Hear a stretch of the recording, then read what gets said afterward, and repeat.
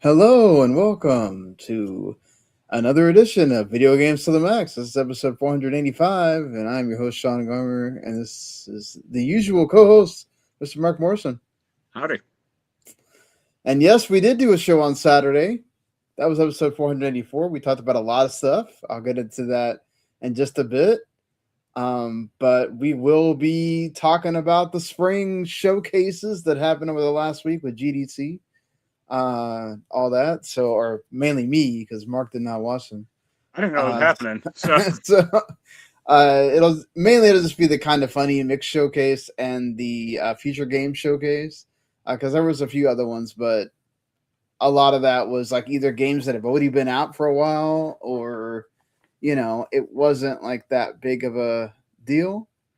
Um, but that's funny just with those two, and right. then we're also going to do our first of the quadrillennial check-ins, or well, I guess quadrant check-ins or seasonal check-ins on the game of the year.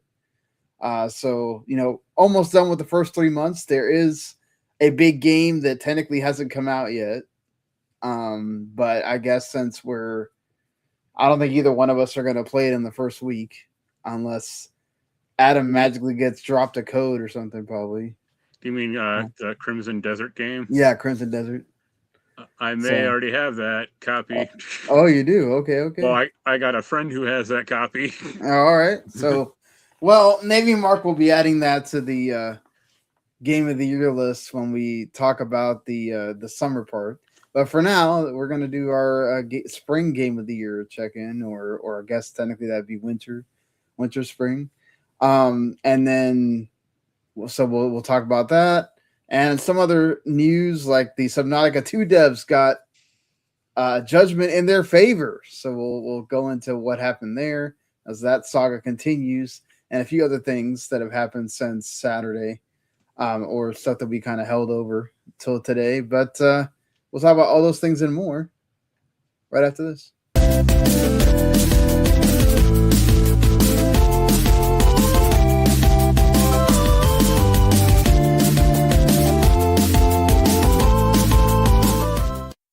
You are listening to Video Games to the Max.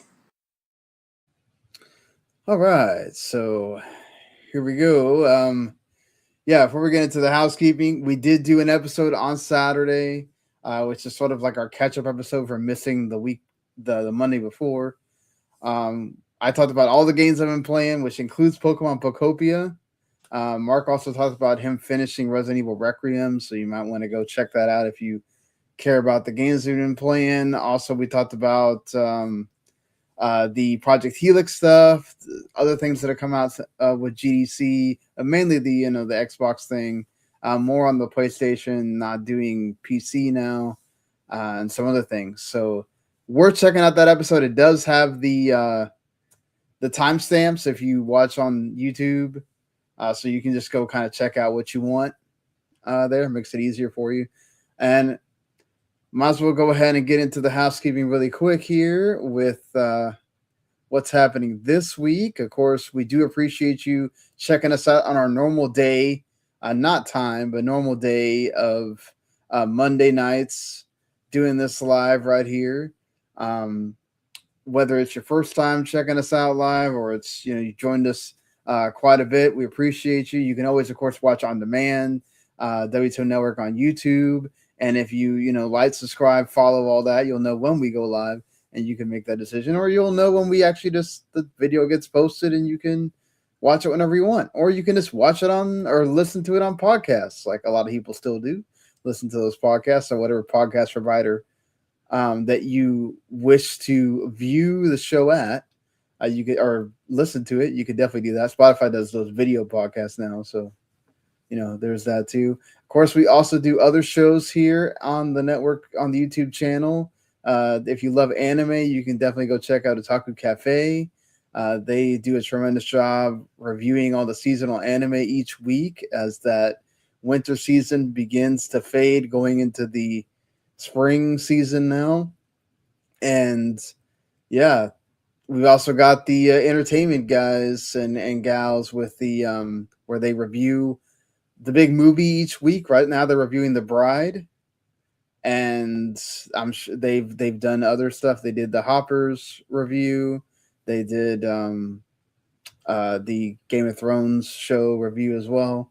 I'm sure they will be doing a One Piece Netflix review, which I will also talk about because I've watched all of season 2, and it is much better than the first season. So that's my prelude to that. It's all due to my friend. So, yeah.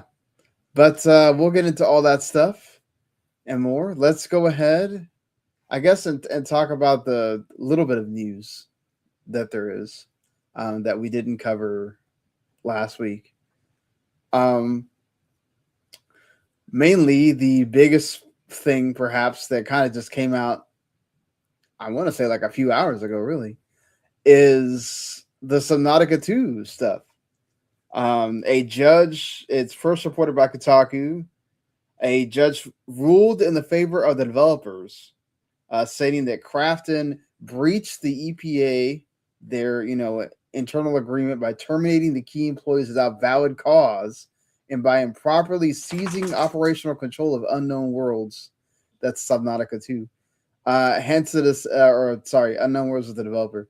Hence the decision to fire CEO Ted Gill and others have been declared ineffective, and his position has been reinstated. And also, the CEO has authority over the early access launch of Subnautica 2. That's a interesting judgment there. So Krafton cannot decide when the game will come out. That will be a sole decision by Ted Gill, apparently.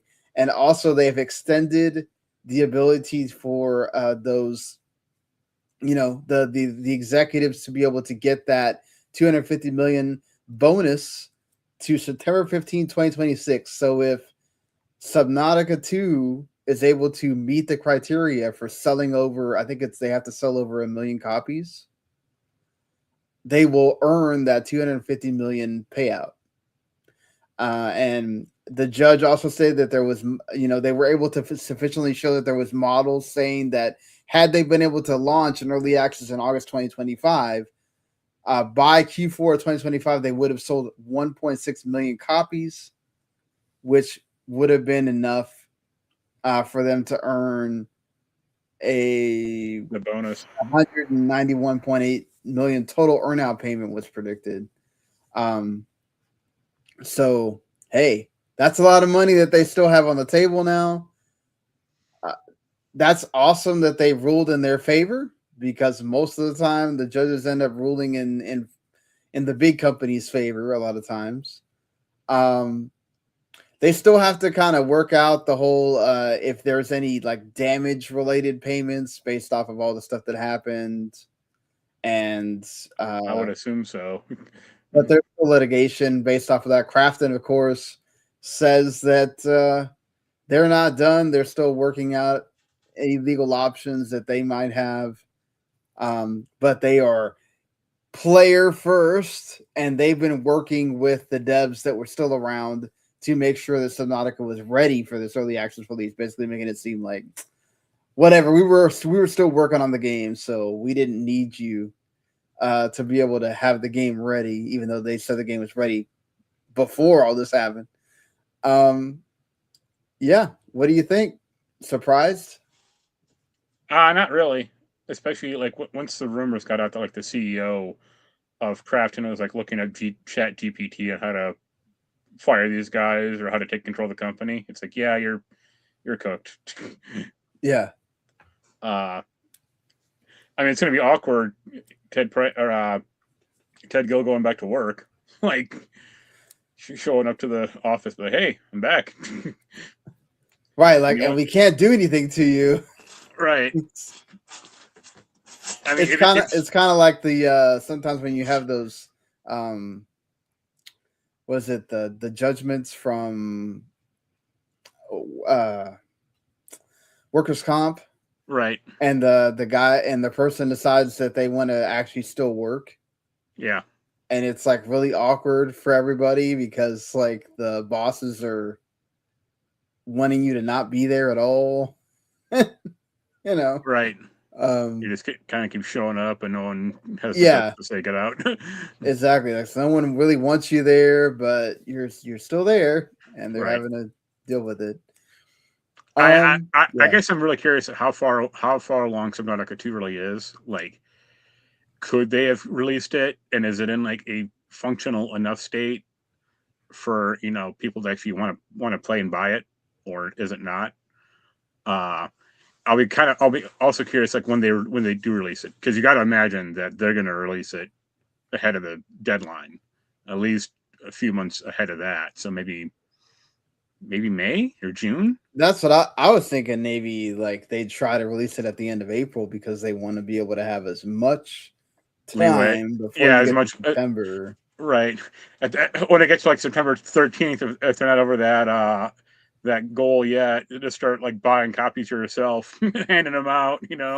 You're right. Yeah. It's like, oh, we're 100,000 units short. It's like, okay, well, if I buy 100,000 units and it's $50, that's 500 grand, but I'm gonna get $40 million for doing this. So let's do this. Yeah. Let's get it going. Yeah. It's gonna be interesting what the whole it will the players like it.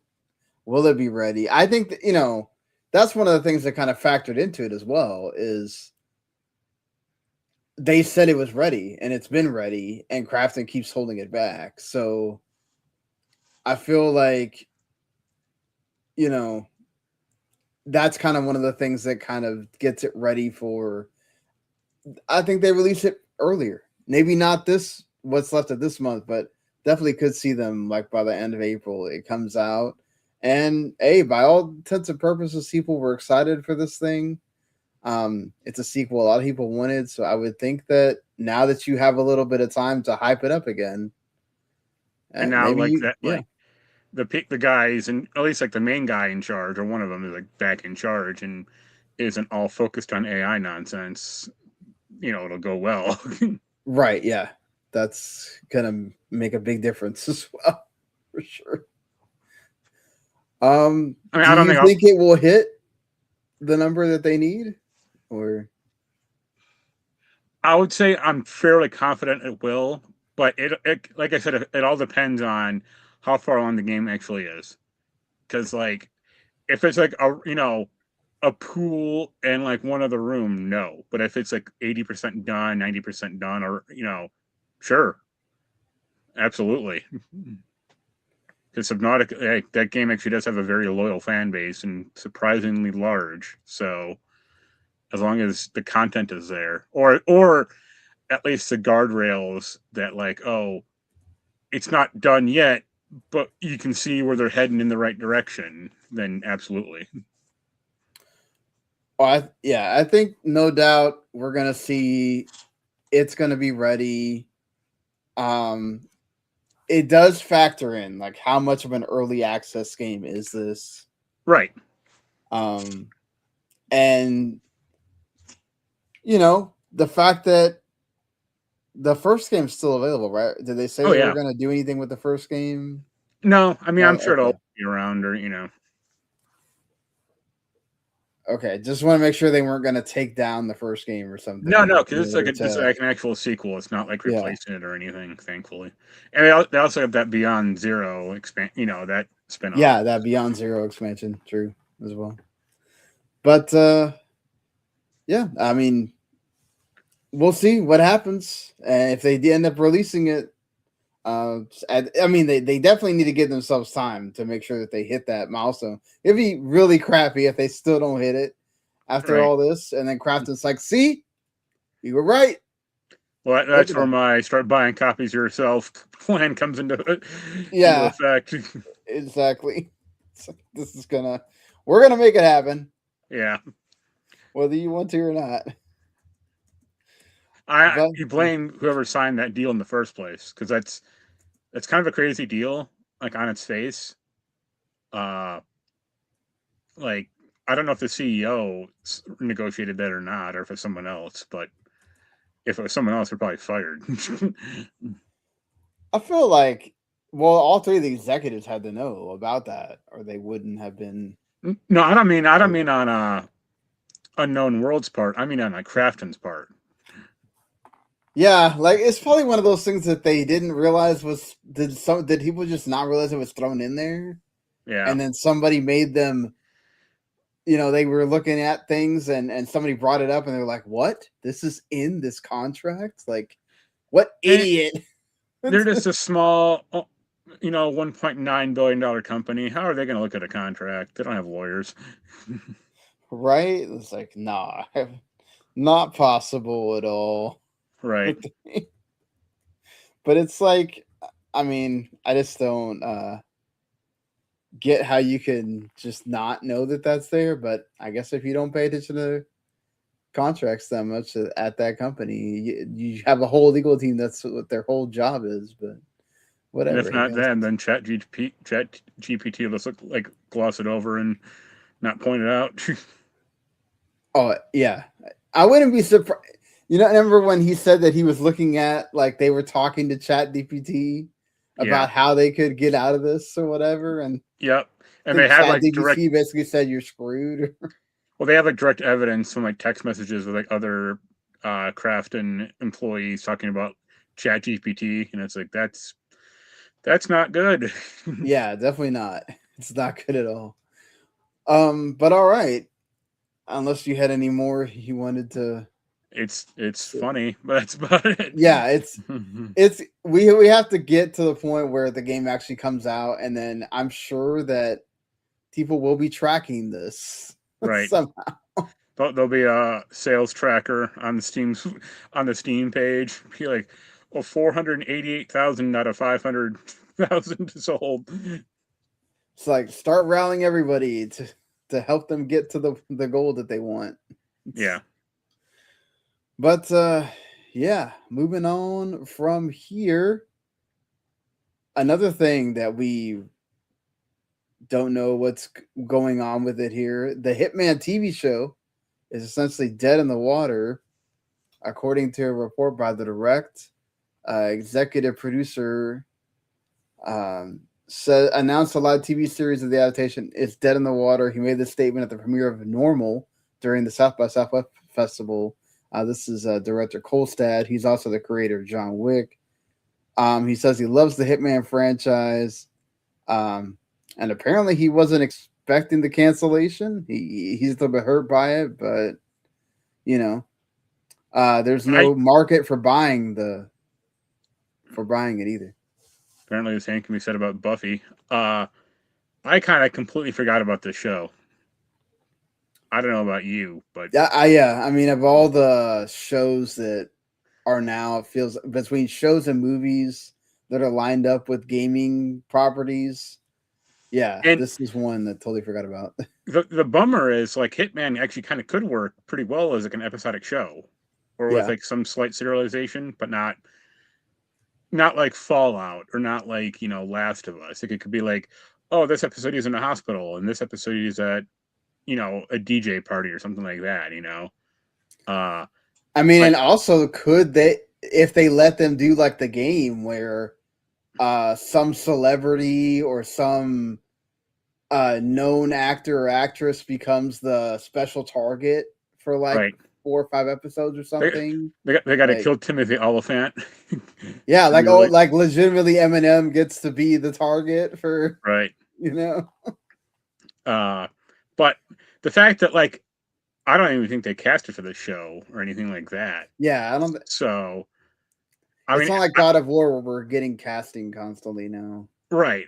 Like, I think the fact that, like, or even like Assassin's Creed, like, I don't think that'll be great, but they have a cast for it, or it's at least being worked on. So, yeah. I see why this like kind of fell apart. Like, if they announced like a main guy in the role and people were excited, that'd be one thing, but they didn't. So, I mean, I wonder if they didn't because whoever started the process kind of felt like they weren't getting enough traction. Yeah, exactly. No traction, anything. So it's like, let's not tie any more people to this project if we don't know it's going to succeed. Right. But on the flip side, if you can get like a bankable star, then that'll make people interested. So whatever pitch they had of like, oh, it's a bald guy killing people. It's like, okay, who's the bald guy? Right. But yeah, I mean, at least now I won't turn on like the movie. The Movies. Remember there were two of that's those. right. I forgot that there was. That's why I made the joke. Of About, that's why I made the joke about Timothy Oliphant, because he was in at least one of those. Yeah, true. But hey, I'm sure soon enough we will hear more game projects getting made into films or TV shows soon. I mean, it's like the last untapped market. Yeah, but I mean, it's starting to get a little bit like crazy. So we'll see how many more of them get canceled. Or yeah, no, I mean, I would say, unlike comics, at least the game stuff is either really good or really bad, and you can pretty easily tell which is going to happen.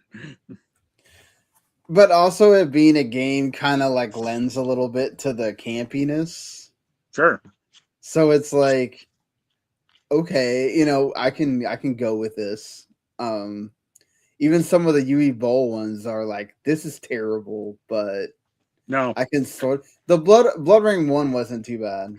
You're wrong. It's not some of the Uwe Bowl ones. It's all of the Uwe Bowl ones. Well, I'm just some of them are just so bad it's not in that category. I'm just saying, right. Like like what's gonna happen to the BioShock one now? Is that actually gonna go down? Or I don't think it will. I think it'll be quickly not quickly, but quietly canceled. Yeah, because that one actually has like, it seems like the Netflix is behind it and had some traction, but yeah. Again, it's a problem of like, I think when they announced God of War and they finally announced casting, like it took a while, but like the casting was pretty good. But right, a BioShock media thing, movie or TV show or whatever, has been in and off development since BioShock came out. So yeah, that's true. They got to announce something for that thing, like something actually tangible. I hope so. But like I guess the question is like, how do you do? For me, it's like, how do you do BioShock as a TV show? Like as a movie, I can kind of buy it because it's a much more concentrated thing. But like a TV show is going to be at least 8 episodes. Do you have like a lot of flashbacks to like the fall of Rapture? Or do you have like the main guy, Jack, be in both timelines or not? Because I mean, also BioShock is a pretty solitary game as well, since everyone's either dead or crazy. Yeah, I mean, we'll see. Hopefully, they get that atmosphere. As long as they get that atmosphere right, then you're right. People just want Art Deco underwater, so it's true. That definitely does help on that end. Lego Batman, Legacy of the Dark Knight, is actually moving up its release date to May 22nd from May 29th. So now, if you get the early access 3 days early, you get it May 19th, which it's even earlier. Cool. And you'll also get the Dark Knight Returns Batsuit if you pre-order. So, yay! Cool. And there's already post-launch DLC that's been promised. So, there. It's a Lego game. Hey, I mean, at least this one looks like it's really going to be like above and be like on another tier of the Lego games, and not just kind of like, all right, this will be okay. Right. Like there's a lot of, at least for the Batman like lovers, right? The ones that are really into the lore and all that stuff, like you'll get a lot out of this. Yeah. So that's good, at least on that end. And some smaller stuff here. The Saudi, this is a different Saudi company, but another Saudi investment firm has acquired another percentage of a big publisher. This time it's Capcom. The EGDC has acquired 5.03% stake in Capcom. the Saudi Public Investment Fund also owns another 5% of Capcom. So technically the Saudis own 10% of Capcom now. That's just another offshoot. It's essentially like them making another shell company that the same Saudi crown prince owns. Right. So it's whatever. It's like them trying to, again, wave the little hand of over here. I'm not doing this. You didn't see it, whatever. And then of course they still have that Saudi savvy group that owns a lot of stuff too. So, and they're still trying to work out are they going to be the ones that buy ByteDance? That of course, owns TikTok. So, we'll see if that actually kind of comes to fruition, but I don't know. It's one of those where it's like, along with the EA deal, more Saudi investment, not great. There's talk of they're involved in the Paramount deal too, as to why Paramount was able to offer that much money. So, unlike with like SNK, who just got completely bought out by Saudi money, I don't think like Capcom is in any real danger of that ever happening. No, I'm not worried about them as far as like in danger of that happening. It's more of like, are they secretly going to do the Tencent thing where you just keep incrementally buying and then? Well, that's what I mean. But I don't I think they might, but I don't think it'll ever get over like 50%.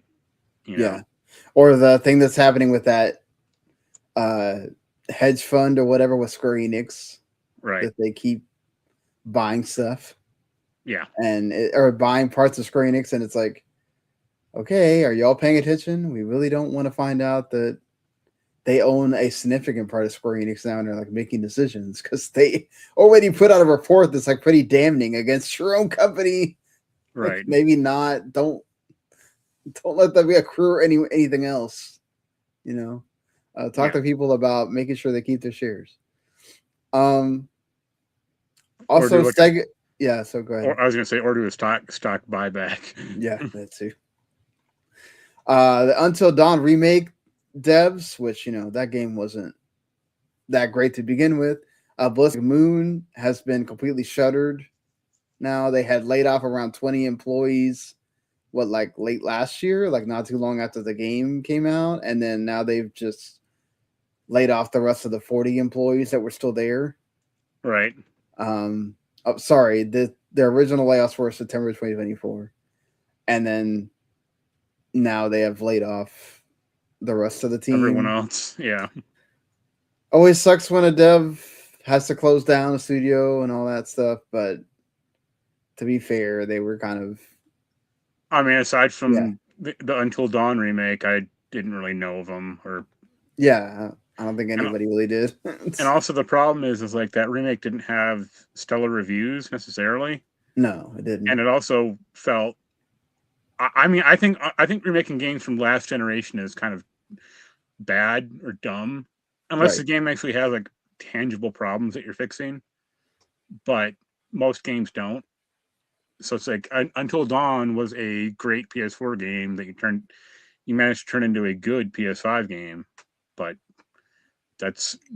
you're going in the wrong direction. And there, then a movie that didn't know favors. Right? Yeah. I mean, it's not like that's a hot property. So yeah, just trying to ride the wave of like, oh, let's make horror stuff and see if it sticks with someone. And it's like you still have to make the movie good. Right. It's not like people just latch on to like really. Yes, they do latch on to cult horror movies, but this is not going to get that status. Right. Look, I get it. Sony's trying to like do the whole let's make multiple properties of our franchises and see if something works, and this one just didn't. Last of the couple of things we have left here. Sega says it will be investing more on sales and marketing. During their most recent earnings call, their CEO Haruki Satomi said that even though they spend a lot less in development costs than most AAA developers and publishers in the industry, it has not amounted to an increase in sales. Which, I mean, some of them have still sold pretty well, but I mean, they might be looking at, they want Resident Evil, they want Capcom numbers, right? They're not doing the Square Enix thing where everything is disappointing. But they don't want this modest success anymore, right? They want bigger. I mean, they have some successes, but I don't think a lot of this stuff is built for it. So even if it's a good game or even a great game, like realistically, you're not going to sell 8 million copies of Sonic Frontiers or 8 million copies of the last Like a Dragon game. Right. I mean, and also that one had a lot to do with the fact that like you had to have played so many other Like a Dragon games to kind of get it. And then, these remakes help, but once you get past the first two, it's like, okay, well, now I have to have played 3 games to be able to get Kiwami 3, and that doesn't even include 0. So and it's also, like, yeah. Well, it's also Kiwami 3 didn't have good reviews, so even that doesn't help either. Yeah. But I mean, I think their point is they want to get more than the like, oh wait, we got 1 million really fast, and then it kind of tails down, right? I think they want more Persona 5s and less like, okay, everything can hit 1 million, and then after that, it's like, all right, it kind of toils away, and they want it to be more consistent.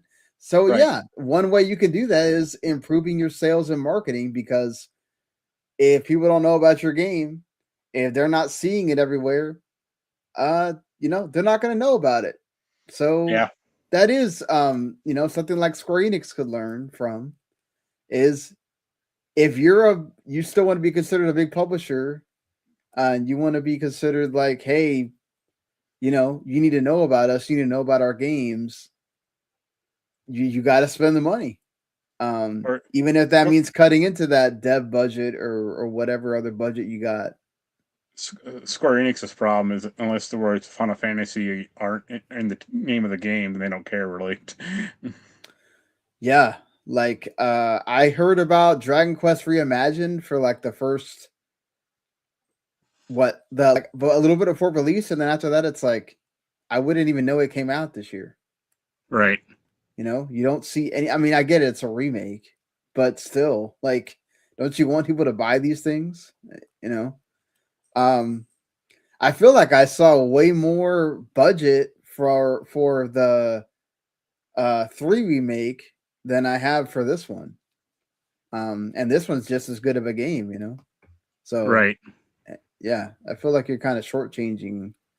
If you want all these games to do well, you got to kind of treat them, maybe not Final Fantasy level. That's still your, major one, but you got to give it a budget that's at least substantial to that. This is supposed to be your second biggest franchise.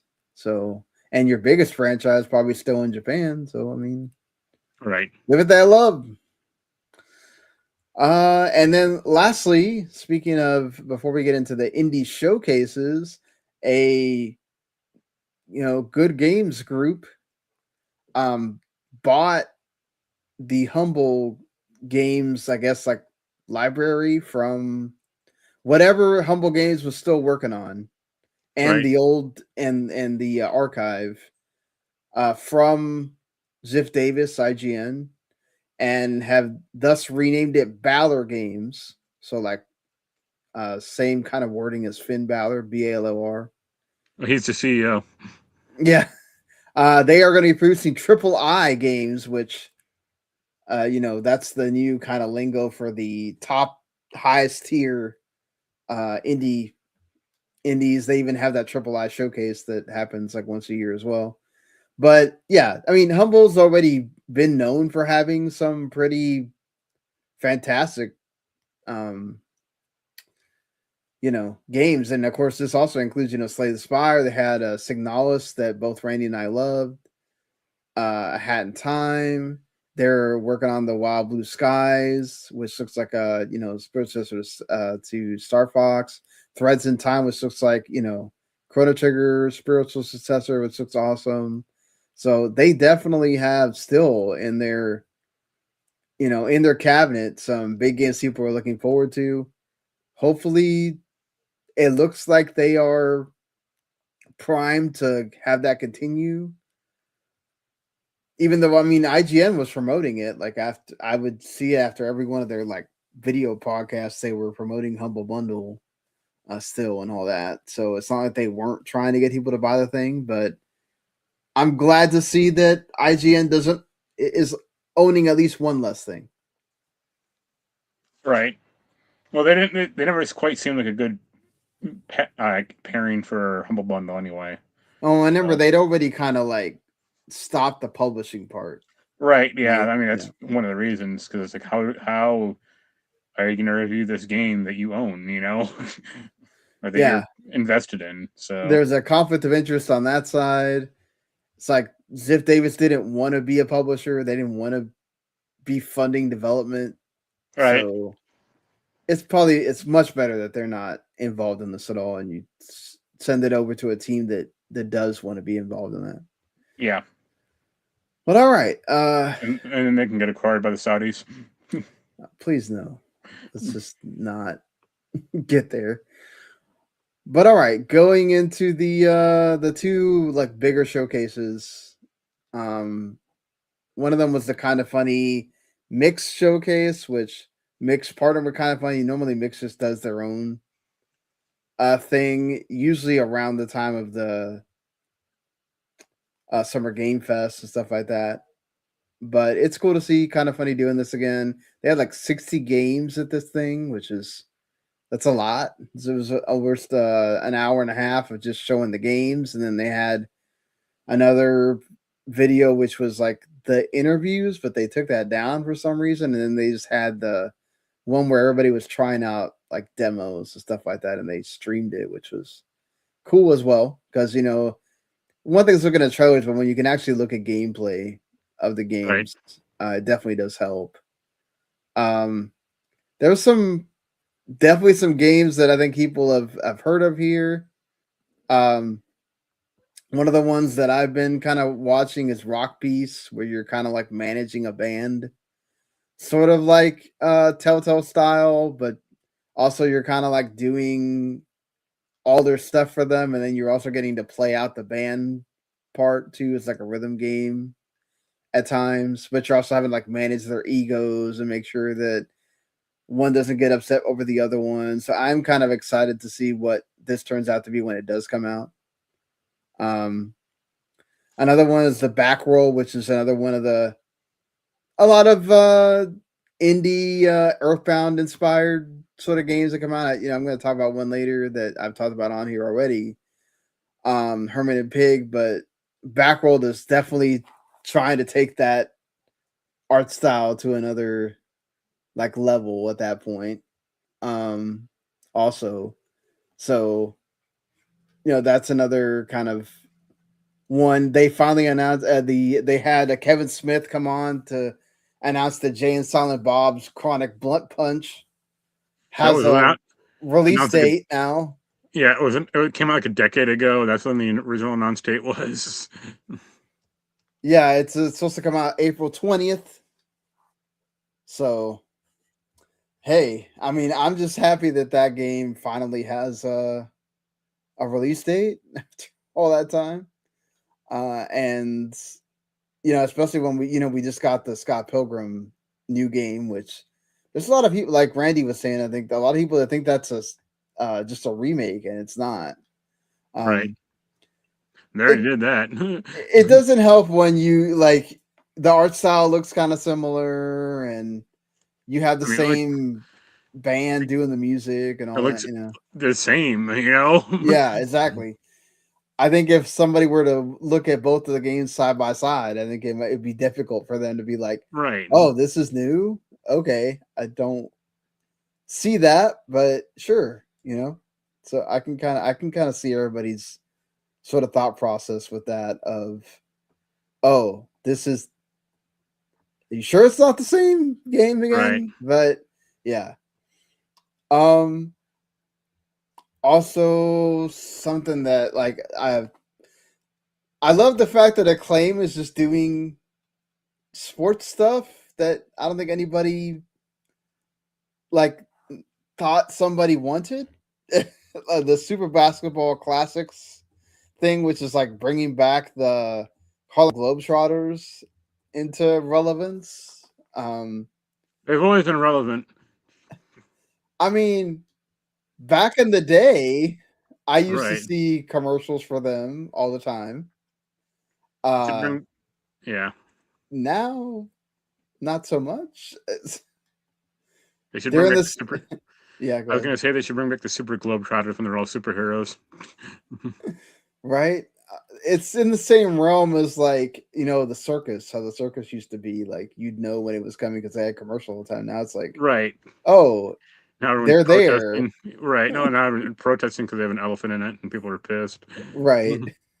So, but hey, look, I like the fact that Acclaim is back and doing random stuff. So why not?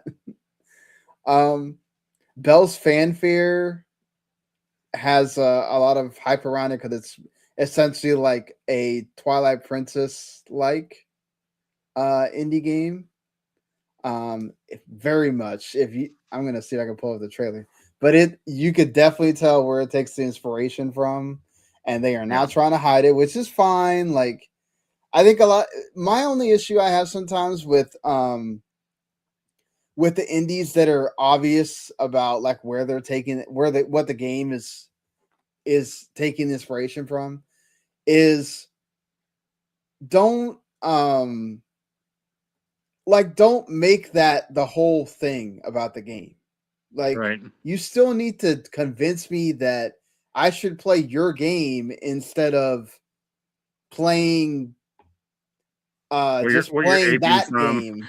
Yeah, Right. like you need to convince me that I need to go buy this game or, be interested in covering this game instead of like, yeah, it's just I think they focus too, and I get it. Like on social media, it makes it a lot easier if you have the comparisons or Right. whatever, but try to also tell me why that game is on its own without the Zelda influences or whatever is a great thing, Yeah, you got to And- show off the unique parts of it. Or yeah. Because I mean, if you're just copying it all down to the bone, then it's probably not going to do that great.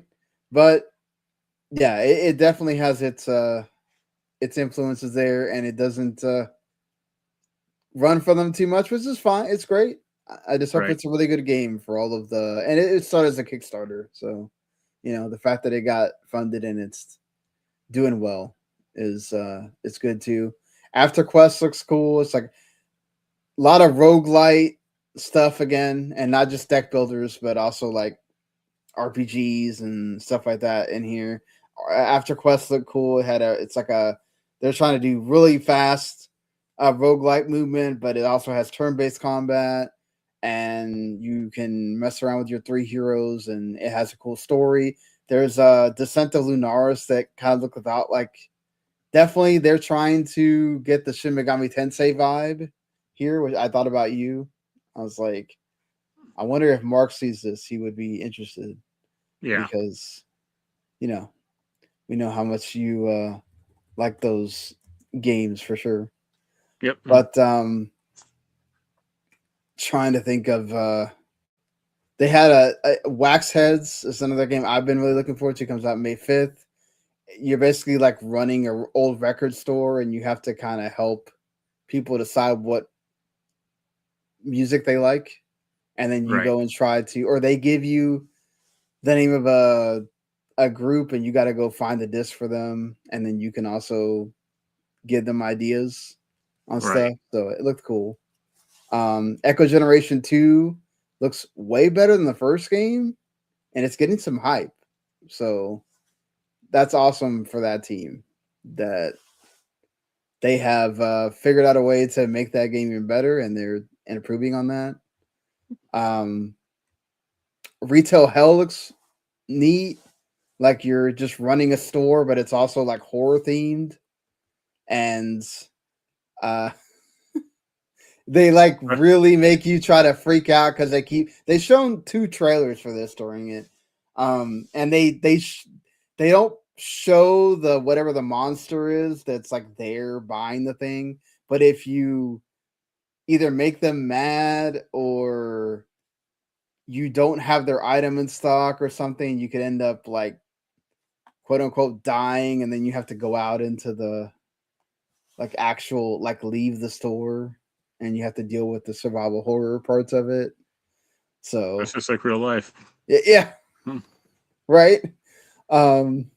You get the freaky part of Supermarket Simulator. Right. So Soul Quest looks cool. They showed more of that again. Altered Alma also looks great. It's a really good Metroidvania with RPG stuff in it. The art style looks great. The Kind of Funny Mix Showcase had a lot of the ones that sort of have the hype around them already, and then you just get another trailer. They showed off that like Smash TV game, also God's TV. They also had a trailer for that parkour game where you play as the dog that does the parkour. So there was some cool stuff on that one for sure to go check out. The Future Games Showcase, they have a little bit more. They tend to go sometimes like more AA, AAA, and then they have some indie stuff as well. So one of the ones that I thought looked cool was, I think it was the first one they showed, Yerba Buena, which is like a puzzle platformer, but it's like 3D, and you have this looks like a megaphone thing that can go through time. And you're trying to like correct things that are happening wrong, hence fixing the puzzle. And it comes out May 26th. It looked pretty neat. They also, I forgot which one of the things that they showed. The Mayashi Legends got another trailer, which looks awesome. It's like another Pixar game with brutal combat, but it has the like Mexican like art style, which looks awesome. So way up your alley. Yeah, for sure. They showed off another trailer for Stupid Never Dies, which I kind of got sold on it now after the I thought the first one kind of looked silly, but the second trailer really, I think, actually sells it for me. That's one with the dead guy, right? Yeah, the dead guy, and it's like a musical also, sort of. Yeah. I watched that. I'm just like, this looks like Romeo's a Dead Man, like 1.5. Yeah. Yes, it kind of reminded me a lot of that too, to be fair. They're making a Seventh Guest remake, which I was like, holy crap. I hope the really old now. I hope the sequel is just the 8th guest. It's like, look, I had that on CDI, and I remember playing that as a kid, and it's like, all right, we are bringing this back. You had a CDI? Yes, I did. I had a CDI. Wow, you're the one, huh? My dad loved there was a golf game that had like its own little controller that you would push forward and back with your hand, and we would play that game for hours. I went to a used game store like a week and a half ago. I'm not kidding. They had a boxed CDI Gold Star like on the shelf. Why is it a gold star? Well, the CDI, they made a few different varieties of it. Like different companies made CDIs. It was like Philips and Panasonic made one, I think. Yeah. And I think maybe like one other company. So this is like the Gold Star version of it. And I was just amazed that it was in a box, like the original box. Right. Yeah, it was called the Wacky World of Miniature Golf. Okay. Yeah, if you had one, like if your dad had one as a kid, or when you were a kid, you probably either had the Gold Star one or just the Philips one? I had the Philips one, but we Okay. had the Zelda game, we had the Mario game. The Mario game Should've- actually wasn't that bad. You should have kept all that shit, or you should have asked your dad, like, "Hey, where is it?" I know. I don't know if he has that or he sold it or it's just like in the attic somewhere. I need to. I'm betting the attic. It's probably buried somewhere. You know, it hasn't been touched in 30 years. Yeah, you know what? I wouldn't be. You're actually not wrong about that. I bet it. Calyx also looked really cool. It has an awesome art style. Very colorful and it's like a puzzle adventure game where you're has like open world limits, but the cool puzzle stuff is great too. Um, and they showed off another trailer for that Directive 8020, the Dark Pictures game, Yep. which we've seen like quite a bit now. This is where we got the announcement for the Little Nightmares VR game that's apparently coming. I had no idea that was happening until I watched this, so that's okay. We got another trailer for that Will Follow the Light game, which looks really cool. And that comes out at the end of April. They showed off this like steampunk western game where it's like first person and you're riding a horse and it's called Papa Needs a Headshot, and literally you're just going around like Doom style, just knocking people off, which is great. They also showed off the what may become the next like big friend slop game called We Gotta Go that comes out April 14th, my daughter's birthday, which is literally a game about it's a horror game. You're doing horror stuff like you would in a survival horror game, like finding keys and solving puzzles and stuff like that. But you also have to like they literally look like Mr. Potato Heads or like triangle big pieces of poop, but literally you got to stop yourself from shitting yourself essentially. And if you it's the sequel to Don't Shit Your Pants. And if you shit yourself, you have to like find your original body or a body to put it in so you don't die. It's the stupidest thing. But somehow it will become a big deal because these games, like, because you can talk and play with your friends, right? It will be probably a big deal. So, they showed off a little bit of Life is Strange reunion, so you got to see like a moment with Max and Chloe, I guess to kind of tease everybody. Right. So that thing's due out soon. Yes, like, it is due out hell. soon. They even had one for Monster Hunter Stories 3 and had already come out that day. Right. Samson also looks really awesome. It's like a third person like brawler, but it has like sort of like a narrative hook, like a Telltale game. That's the one where he's like, oh, he needs money, right? Yes. You're like solving your debt as you keep killing people or whatever. It had a real that thing had a real like mind's eye looking vibe to it for some reason.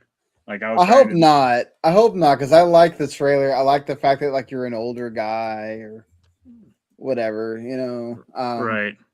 Kind of has like was it Forsaken kind of vibes or whatnot.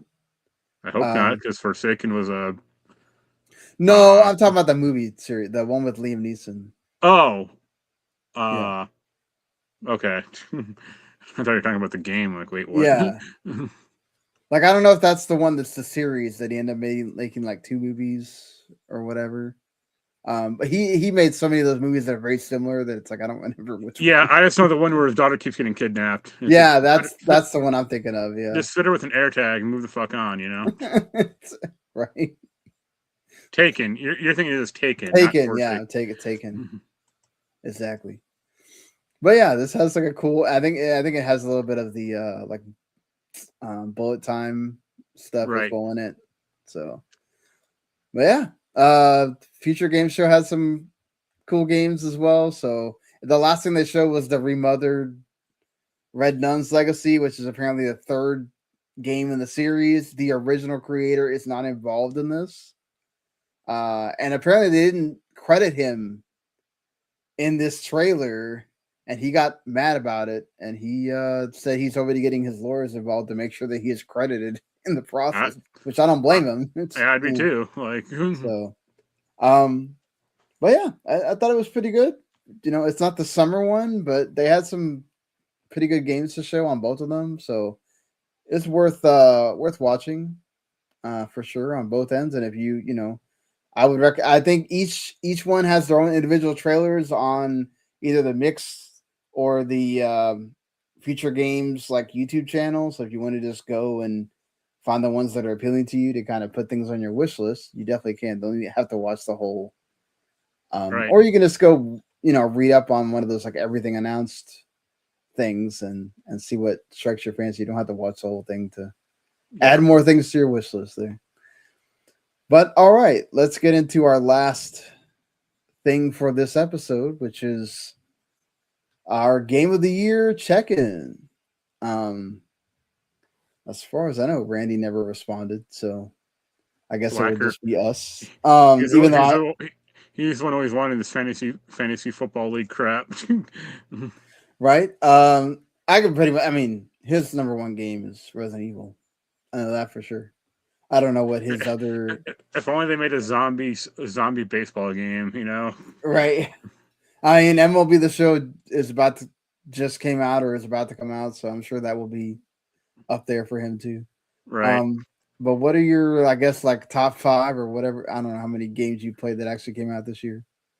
I don't know if I could do top 5, honestly, but my number 1 is actually Neo 3. Oh, really? Yeah. I just think I'm playing with Yen, so that definitely helps. Right. But it just has a lot. It's just like a very good, mellow experience. Like we're stuck in a boss right now, and we're kind of like beating our heads over it. But like it's not like unfun. And I've been played the Resident Evil Requiem 1.5 times now. I'm like, I kind of just started like Leon's main like Raccoon City part. There's parts in that game that aren't fun.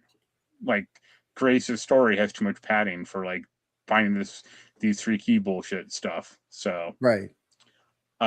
Requiem's number 2 though. I mean, it's a solid game. Don't get me wrong. Yeah,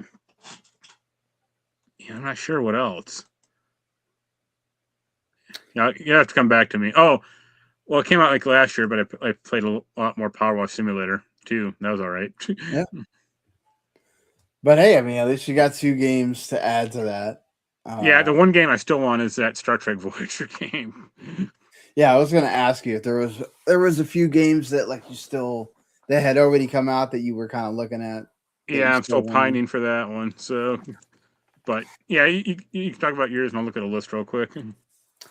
Yeah, for me, I think out of the ones that I've played already, Herman and Pig is still number 1 for me. Still have not. I mean, Mr. Sleepy Man is kind of up there as far as the funny part of it, but as far as like an entire game that encompasses everything, where it's like has really good mechanics, it's funny, it kind of keeps you engaged. It has the characters are really good, all of that. Like Herman and Pig is still kind of like up there for me as far as it delivers on everything you want a game to do. And for being, I mean, I know like it's been showed off Day of the Devs and other things, so it's not like it hasn't had a little bit of publicity or whatever, but to kind of like, I didn't see a lot of people reviewing it, and to still kind of be under the radar, very Earthbound inspired and stuff like that, but it's pretty awesome, and it deserves its 89 that it has on Open Critic and all that. I mean, I gave it a 9 as well, and it definitely I laughed a ton playing the game.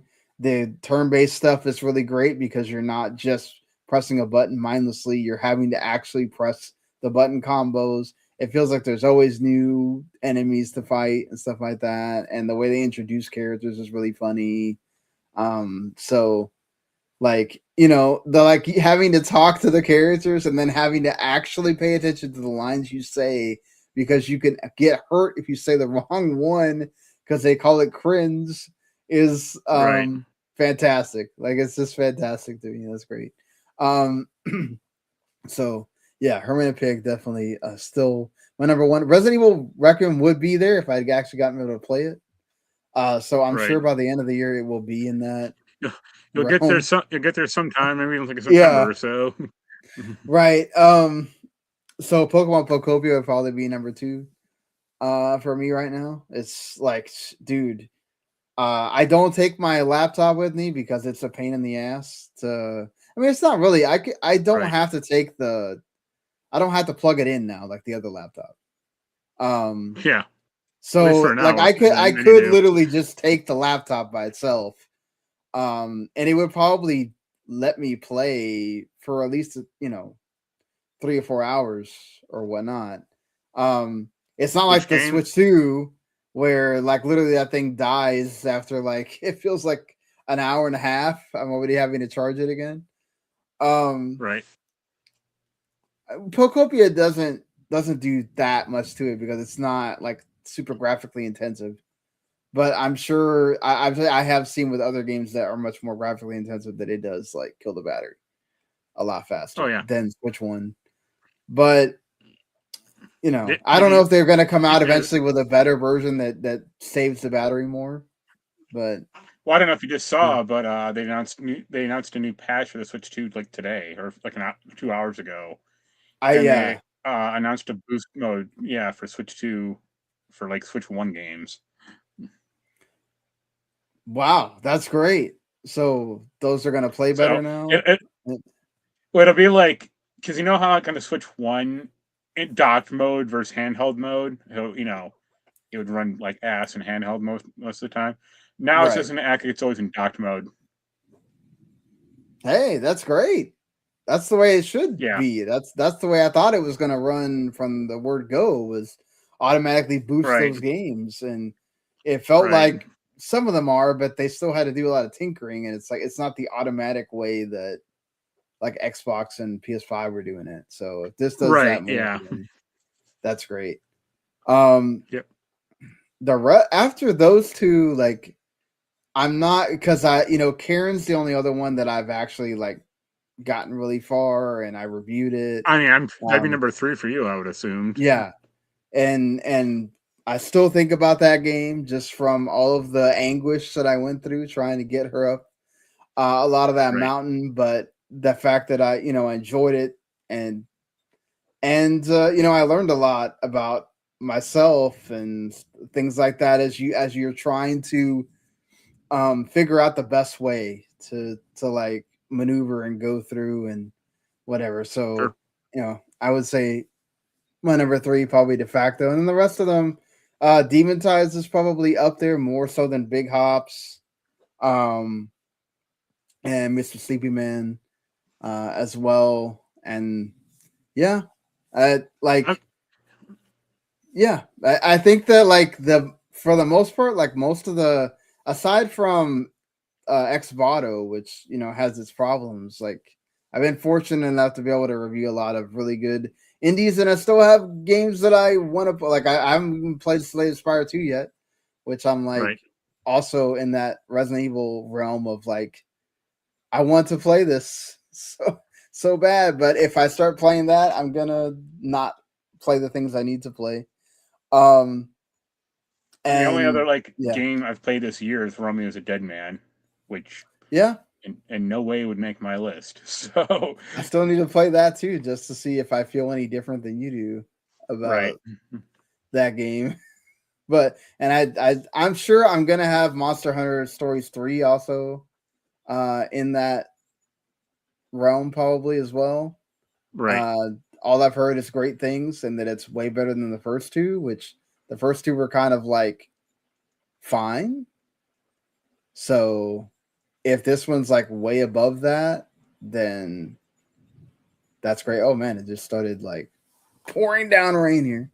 Yeah. But yeah. So I mean, let us know what you think of the you know what are your games that you've played already this year that you love that we haven't heard us talk about yet, or games that like maybe give us recommendations in the comments. Like if you played some games that either I or Mark or Randy haven't heard us talk about, like, and you think that even if you think it won't be up our alleys or whatever. Hey, if you thought it was a great game, give us a recommendation in the comments. I'm always willing to check out something, just to see where we land on it. Are you feeling any different about like what about Mugenics from your I'm. any? It looks okay, I guess, but I don't know. Yeah, I have much more want to Star Trek. yeah, Star Trek, yeah, for sure. I mean that kind of goes up your There's one. alley. There's one other game I want, but it didn't come out in America, unfortunately. So I'm not gonna get it. What is that? Daisenryaku SSB2. It's a Yeah. strategy game, military strategy game. Oh, okay. Yeah.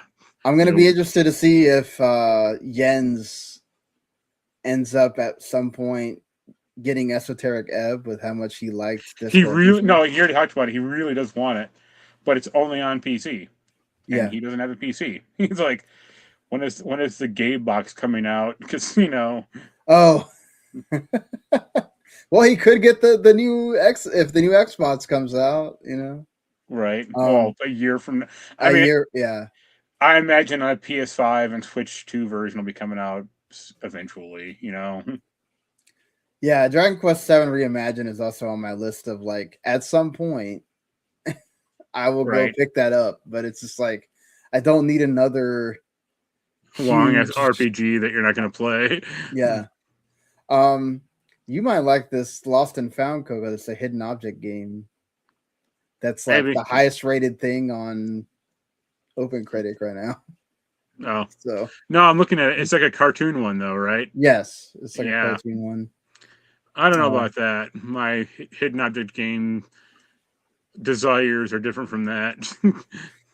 Yeah, I'm kind of like I'm not going to probably play Reanimal after Randy kind of just said it was all right, and then he told me that apparently where they had stopped at, they literally played 5 minutes and then a cutscene happened and then that was the end of the game.